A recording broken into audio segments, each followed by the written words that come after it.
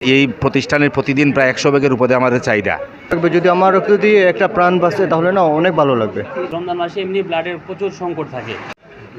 প্রথমবার রক্ত দিলাম ভাই, ও ভালোও লাগে আমার। ইফতার পরে 1 ঘন্টা অথবা 2 ঘন্টা পরে ব্লাড দেন, তাহলে কোনো সমস্যা নাই। রক্তশূন্যতা যে কোনো একজন রোগীকে আমরা এই রক্তগুলো প্রোভাইড করে থাকি। সিলেটের এই রক্তের এই চাহিদা পূরণের ক্ষেত্রে আজকে আমাদের এই প্রোগ্রাম।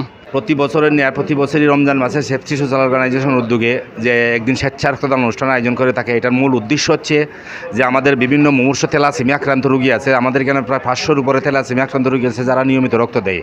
ওদের এই রক্তশূন্যতা বা কোনো রক্তশূন্যতা রোগীর, আপনারা জানেন যে এমনিতেই আমাদের দেশের মানুষ রক্তদানে নিরুৎসাহিত, মানুষ রক্ত দিতে চায় না।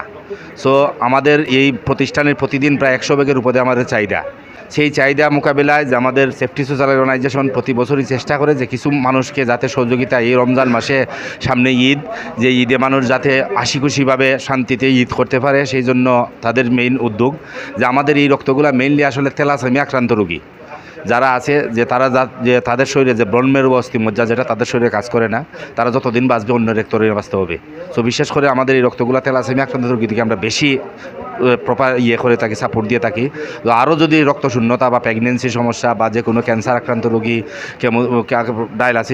একজন ডায়ালাসিসের রোগীকে বা একজন কিডনি রোগীকে আমরা যে কোনো যারা রক্তশূন্যতা যে কোনো একজন রোগীকে আমরা এই রক্তগুলো প্রোভাইড করে থাকি। আজকে আমরা আশা করতেছি 30+ রক্ত সংগ্রহ হবে আর কি। এখন পর্যন্ত দেখা যাক, এখন পর্যন্ত আমরা প্রায় 15 জন ভাই আমাদের স্বেচ্ছা রক্তদান করছেন এখন পর্যন্ত। দেখি, আমরা আশাবাদী যে আজকে ভালো একটা সংগ্রহ আমাদের হবে।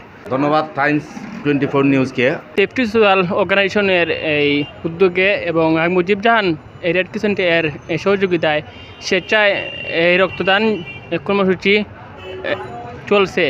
আমরা এই লক্ষ্য করছি যে সিলেটের বিভিন্ন হাসপাতালে যে ইদানিং দেখা যাচ্ছে যে কিডনি ডায়ালাইসিস, অ্যাক্সিডেন্ট, এই বিভিন্ন এ ধরনের রোগীর রক্ত লাগতেছে।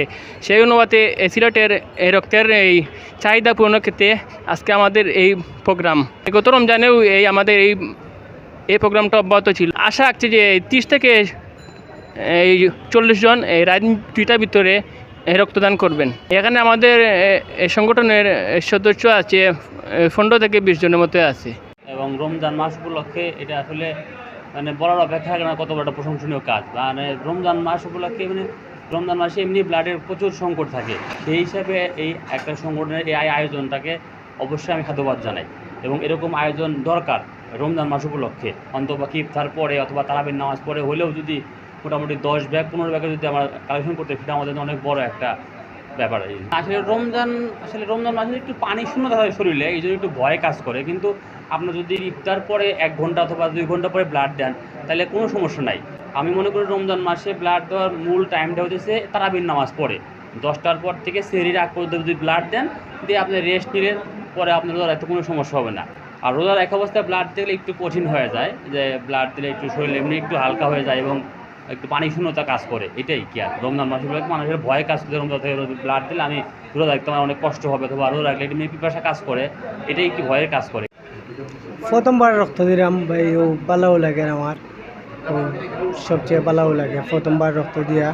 এখন আমার রক্ত দিয়ে একজন রোগীর উপকার আইব, এইটা সবথেকে ভালো বিষয়। যদি আমার রক্ত দিয়ে একটা প্রাণ বাঁচে তাহলে না অনেক ভালো লাগবে।